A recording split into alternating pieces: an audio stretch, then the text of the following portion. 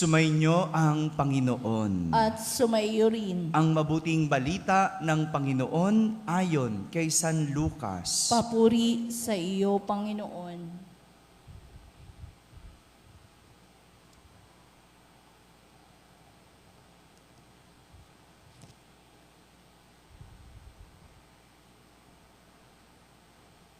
Noong panahong iyon, sumama kay Jesus ang napakaraming tao. Humarap siya sa kanila at kanyang sinabi, "Hindi maaaring maging alagad ko ang sinumang umiibig sa kanyang ama at ina, asawa at mga anak, mga kapatid at maging sa sarili niyang buhay ng higit sa akin. Ang sinumang hindi magpasan ng sariling krus at sumunod sa akin ay hindi maaaring maging alagad ko. Kung ang isa sa inyo'y nagbabalak magtayo ng tore, hindi ba uupo muna siya at tatayahin ang magugugol para malaman kung may sapat siyang salaping maipagpapatapos niyon? Baka mailagay ang mga pundasyon, ngunit hindi naman maipatapos.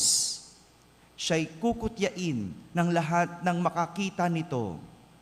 Sasabihin nila, nagsimulang magtayo ang taong ito pero hindi naipatapos. O sinong hari na makipagdigma sa kapwa-hari ang hindi muna uupo at pag-aaralang mabuti ang 10,000 niyang kawal ay maisasagupa sa kalaban na may 20,000 tauhan. At kung hindi niya kaya, malayo pa ang kalaban, ay magsusugo na siya ng mga kinatawan upang makipagkasundo.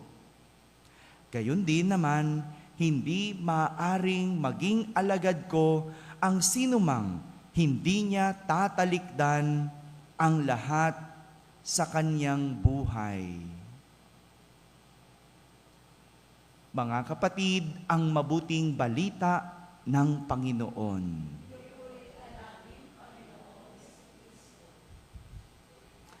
Isang magandang umaga po sa inyong lahat.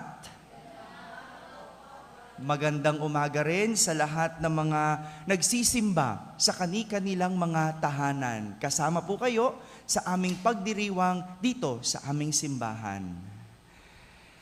Hindi lahat ng sumusunod kay Jesus ay kanyang tagasunod o alagad. Ang iba, mayroon lang kailangan. Hindi lahat ng sumusunod kay Jesus ay kanyang tagasunod. Ito po ang aral na nais ituro at pinapatungkulan ni Jesus sa mga taong sumusunod sa Kanya. Literal, sa ating ebanghelyo, marami ang sumama kay Jesus na mga tao. Marami sa likuran niya ang sumusunod sa Kanya. Kaya nga, nang humarap siya sa kanila, tinuruan niya ang mga ito kung paano maging kanyang alagad. Hindi ibig sabihin, maraming nasa likod mo, sumusunod sa iyo. Hindi ibig sabihin, lahat ng nasa likod mo, alagad mo. 3 bagay po ang sinasabi ni Jesus para maging kanyang alagad. 3 lang. Una, sabi ni Jesus, ibigin siya higit sa lahat. Sinabi ni Jesus, hindi maaring maging alagad ko ang sino mang umiibig sa kanyang ama at ina, asawa at mga anak, mga kapatid at maging sa kanyang sariling buhay ng higit sa akin. Ulitin ko po, hindi sinabi ni Jesus na huwag mong ibigin ang iyong asawa. Hindi sinabi ni Jesus na huwag mong ibigin ang iyong anak o mga magulang. Ang sinabi ni Jesus, ibigin mo siya ng higit kanino man. higit sa iyong asawa, higit sa iyong mga anak, higit sa iyong pamilya. Ito po ang ibig sabihin ng unang utos ng Diyos. Ang ibigin ng Diyos ng buong isip, ng buong puso, ng buong lakas at buong kaluluwa. Walang alagad na nagmahal ng iba ng higit kaysa Diyos. Dahil hindi pwedeng hindi una ang Diyos. Ang asawa mo, pwede kang iwan. Ang mga anak mo, paglaki niyan, iiwan ka niyan. Oh. Pero ang Diyos, kahit anong mangyari, hindi ka niyan iiwan. Father, huwag mo namang sabing lolokohin ako ng asawa ko. Ay, hindi yun. No? Mamamatay yan eh. Hindi ko alam sinong mauna sa inyo. Pero ang sinasabi lang, iiwan ka ng lahat, pero hindi ang Diyos. Kaya ibigin mo siya ng higit sa lahat. Pangalawa, sabi ni Jesus, kung gusto mong maging alagad, pasanin ang krus at sumunod kay Jesus. Isang katangian ng pagiging alagad ay ang pagpasan ng krus. Sapagkat walang alagad ang sumuko sa kanyang pinagdadaanan. Walang alagad ang kinatatakutan, ang kahirapan. Dahil ang isang alagad, handang harapin ang anumang hirap na laban. Kung takot ka sa hirap, kung takot ka sa dusa, kung takot ka sa pagpasa ng krus, hindi ka pwedeng maging alagad ni Jesus. Dahil ang krus ay simbolo ng pag-ibig ng Diyos.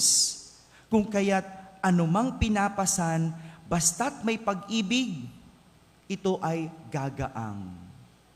Di ba bilang nanay, alam mo, nabibilib ako sa lahat ng mga ina.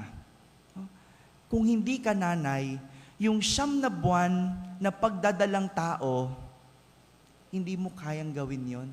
Kung wala kang pag-ibig ng isang ina, no? Kung yung buhay dalaga ka lang, konting kibot lang, reklamo ka na. Diba? Ang nanay, no? Kayang magtiis. Isusubo na lang, ibibigay pa sa anak. Bakit kaya yon? Kasi may pag-ibig. Ang nanay, magulang, hindi susukuan ang kanyang anak. Bakit? Kasi may pag-ibig. O di ba nung nanliligaw ka pa lang, kaya mong gawing malapit ang Bulacan sa Maynila. Bakit? Kasi may pag-ibig. Pero nung wala ng pag-ibig, ay, layo niyan. Pinahirapan ako niyan. Pero dahil may pag-ibig, kahit anong bigat ng krus, kaya itong pagaanin. Hindi ka pwedeng maging alagad kung di mo kayang pasanin ang krus at sumunod kay Jesus.